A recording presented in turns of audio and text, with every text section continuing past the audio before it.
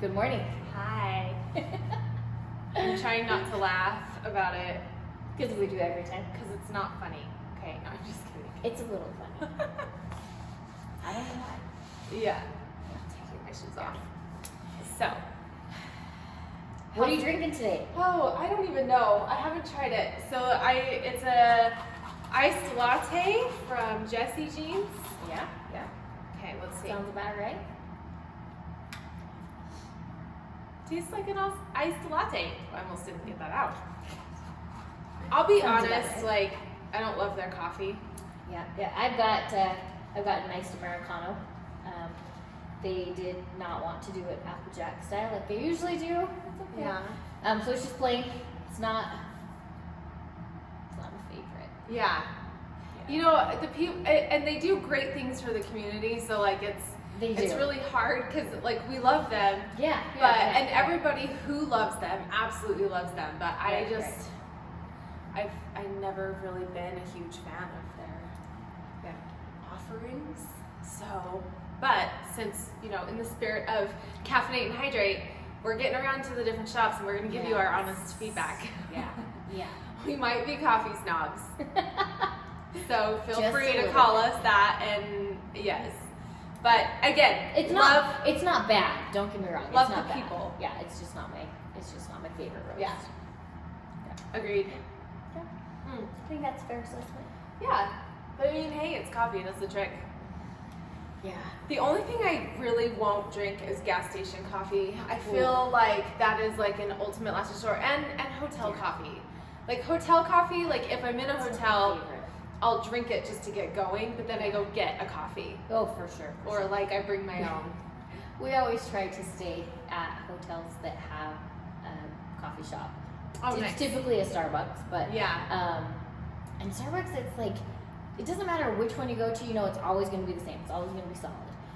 So I do like that. But some of them will have like their own little homegrown coffee shops, and I like those. Those are fun. Yeah, see, I'm not the biggest fan of Starbucks. Like, I just like it's always consistent. I mean, yeah, there's that. It's consistent. But the roast, I feel like they could do better. But it is like, it's like your go-to, right? It's the one that always you know, no matter where you are, it's going to It's gonna be a be, thing. yeah, if there's nothing else, but there's Starbucks, that's it's what you do. Yeah. I do like their blonde roast though. Their blonde roast is pretty tasty. Yeah. We've been, oh wait, no, we got some of their, like Costco had some of their beans and we tried them, but I still like the Kirkland brand better. I haven't, you know, I don't ever Kirkland get. makes good coffee. There's a local coffee shop that I always get there. Yeah. Yeah, I always Nice. get their coffee. Nice. They're solid. Good. Yeah. That's yeah. awesome. I mean, before COVID, we were buying Daily Rise beans all the time. Yeah, that's But at like 10 to 12 bucks a bag, we go through probably a bag a week. So it was like, we need to get economical here. Because you can it's get, not the cheapest habit. no, I think you can get like 3 or 5 pounds of beans at Costco for $12. Like, Yeah. it's ridiculous. So, I mean, but yes, when times are good, we like Daily Rise beans for our home brew. For sure. The Snow Basin solid. blend is so good. They are solid. Yeah. So there's your coffee tips. Yeah. If you are local, you definitely check out Daily Rice because they are Yeah. on point. We could spend this whole hour talking about coffee. Yeah. But But we won't. What happened this week? What's new? oh man, What happened with business? I've had a rough week. Business-wise, it's interesting. I've been really just taking this downtime to like focus on optimizing all of my freaking 100 pages on my site. It takes forever, but It does. so I've been working on that, and interestingly enough, I had an observation that I wanted to share. So last month I had some ads running, Right. and this month I have 0 ads running. So I was doing my comparison month over month, and like, you know how I was telling you that with the ads running, I still only had like 25% new customers. Right. So without ads, I'm back to more of an even split. I've had really not that, like, how do I say this? My brain is not working. I'm really sorry, everybody. I am like, I legitimately currently have a kidney infection, so my brain is like foggy, but, and my energy is lower, so I'm sorry I'm not my normal bubbly self, but, basically, like the amount of visitors to the website over the month hasn't decreased that much. Oh, that's good. My conversion rate shot up, which is kind of to be expected. And my average order value went up. And so it was just kind of interesting because I'm like, so those ads were like doing nothing for me because my sales are actually up 6% over last month. So where's your traffic? Is it referral traffic? Is it organic? Where's your traffic coming from? Mine has always mostly been organic or direct, which is really hard because you can't like trace that. Right, no, you don't know how so to difficult. Like, yeah, I have no idea how people are finding me, if they're just typing me in because they've heard of me. Right. Or I have no idea. What search terms they're using. I mean, you can kind of narrow it down with the search terms that people are using, but it's still... It's hard so to trace vague, that. yeah. And I mean, one of our biggest competitors uses the exact same keywords, and so it's kind of hard because we're like, how did you find us, you know? Right. And so, yeah, I have no idea, but okay, it's fine. I'll take a 6% increase month over month without doing anything. Any day. That being said, we are still ridiculously slow. I'm actually negotiating a new lease agreement, not like a new lease, but I'm renegotiating my lease with my landlord. We're looking into moving to a smaller space. So I guess more on that later, but we really just need to reduce our overhead and I think we'll be okay. Yeah. So how about you? So I officially signed the contract for some outside help. Yeah. Because there's just not enough hours in the day, right? Yeah. And so I was like, Jamie, you got to do it, right? Yeah. Because as a business owner, your hands are in so many different things, and this was something that I felt like, I mean, I know how to do it. I know exactly what to do, but it's very time consuming. And so, you know, and SEO changes so rapidly. So I ended up signing a contract with Boostability. Yeah. So I'm super excited about that. And then I previously talked about, you know, we talked about additional training and education and this and that, and I was looking at this online course that I was like totally sold that I was going to do. And then I actually, somebody reached out to me talking about a couple different things, and they had asked me about this other program. And I was like, yeah, I've heard great things, but you know, I don't know, it's kind of far away, blah, blah, blah. But then I did a little more homework about it, and I enrolled in the course. Oh, good. So yeah, it's Thursday nights, and it's about, going there, it's about an hour and 15 minutes for me to get there, and that's hard for me to take that kind of time away from a baby. So all in all, it's like, you know, it takes 5.5, 6 hours of the day, and it's all at night. But the first class was fantastic. So it's in class and then it's online as well. So you do your in class and then you do your homework. Nice. A lot to go with it. But the people already that I've met are just, they've been great. Been able to make some really good strategic partnerships with it. So, and it's only been one class. That's good. That's so good. I love it when that happens. Yeah. I'm looking forward to LNU. It doesn't start until September, so. Oh, this has been so good. And one of the people who, I mean, because it's, you know, it's an investment. It's a substantial investment. You know, especially right now when sales are a little bit lower, it's hard to bite off something like that. And so I did crazy due diligence. I called all of these companies who had gone through the program. Oh, good for you, though. I feel like you have to. Yeah. When you're investing in that, there's so many crooks out there. There are. And I didn't want something that was super basic, because I know basic, I know intermediate, I need like super advanced, right? Because I've been in this business realm, CPG, and for a long time. So I don't want the basics. You need to set up Google Analytics. You need, you know. I know. I got that. I got that. I need super in-depth, e-commerce specific material. Cool. Well, you'll have to let me know how it goes, because I feel like I'm kind of in the same boat where I'm just kind of, every class that I have taken in the past has been like so basic. Yeah. I did take one with Ogden Downtown Alliance. It was their, what was it called? It's not a startup, but it was something like Step Up or something like that. So it's for existing businesses, and it helps you. You basically pull your business plan back out. You reevaluate everything, and then you. The thing I really liked is it allowed us, or taught us to really focus in on like our marketing avatars and like who our ideal demographic is, but then we also were able to create budgets and projections and like learn how to ask for money, and it was like a whole thing, and so I really appreciated that because it gave me a lot of experience that I didn't have. Right. And but those are hard to find. They're really hard to find. A lot of times, like even just at these networking meetings, it's like motivational stuff. And it's like, I don't need the motivation, I got that, I'm good. I mean, most of the time. Sometimes I do need it. Let me rewind. But and I want to speak at those things because I'm like, that would be really cool. I could do the motivational side, but I feel like that's so saturated. I would be like, let's break down Shopify today, or let's look at OmniSend and like how to set up a sales funnel, and like because those are things that most of the classes don't necessarily go into. They're so high level, and this particular class, it's such great connections too. Like part of me just wanted to go through because I wanted those introductions and those connections to some pretty freaking powerful entrepreneurs. And one person specifically was just starting out, came to the course. They were doing, I don't know, a couple $100 a month.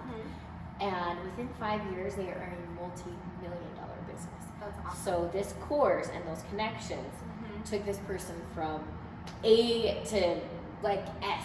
Like, you know, not quite to Z because she's not ready to sell out, but you know, just skyrocketed her business and just did so many amazing things. And so I was like, oh, man. Cool. After I talked to a few of the people that had already been through the course, I was like, this is, and it just kept coming into my bubble over the past little while, and I was like, okay, there's a reason why this isn't going away. It keeps coming up. What is it called? It's called Tangible. Fun. I like that name. That's cool. So I am super stoked. At the end of it, we can revamp, and I'll say, you know, they actually have 3 different levels of courses that you could choose from. Like their first one is if you've got an idea and you need help with like fulfillment and prototypes and all that kind of stuff, and then so for basic startups, they help a lot with that because it's kind of hard to find somebody for fulfillment and this and that, blah blah blah. There's the third course, which is, I mean, it is a deep dive, and that's great. So nice.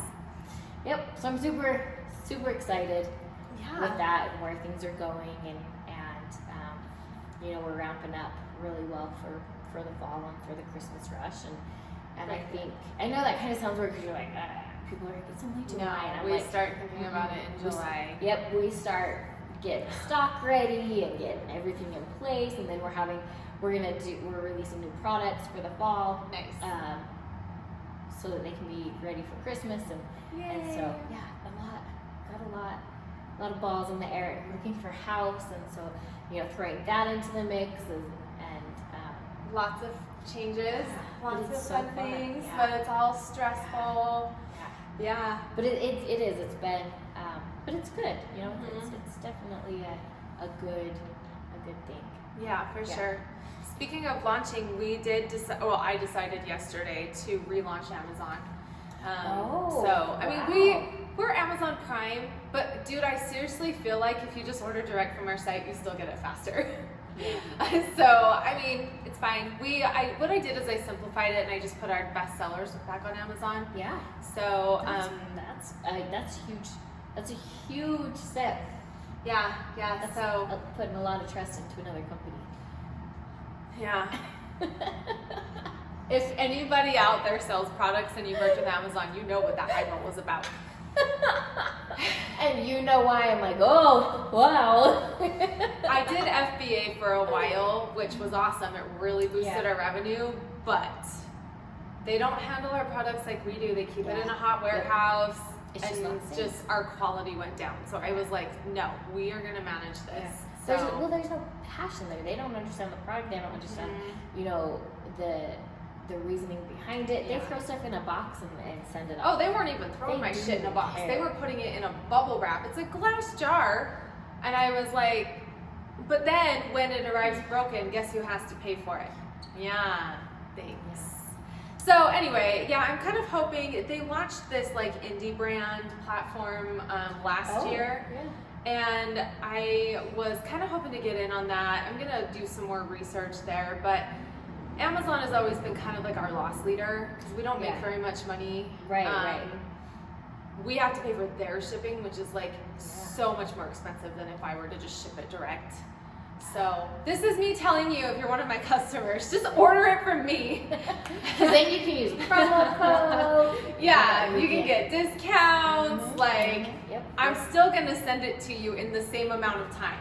It's a 2 business day turnaround, whether you're Prime or whether you're here. So regardless. So anyway, so that's that. We'll just kind of see how that goes, but let's definitely touch base on that in the next few weeks, because I know that there's a lot of people who think they want to get into the Amazon game, and maybe in the next few weeks we can do a little bit deeper dive on how to do that, because it's quite the process, and you got to be determined. I'm just gonna tell you right now, you have got to be determined. I've got a lot of stories about that. Yes, likewise. So I don't do the Amazon selling.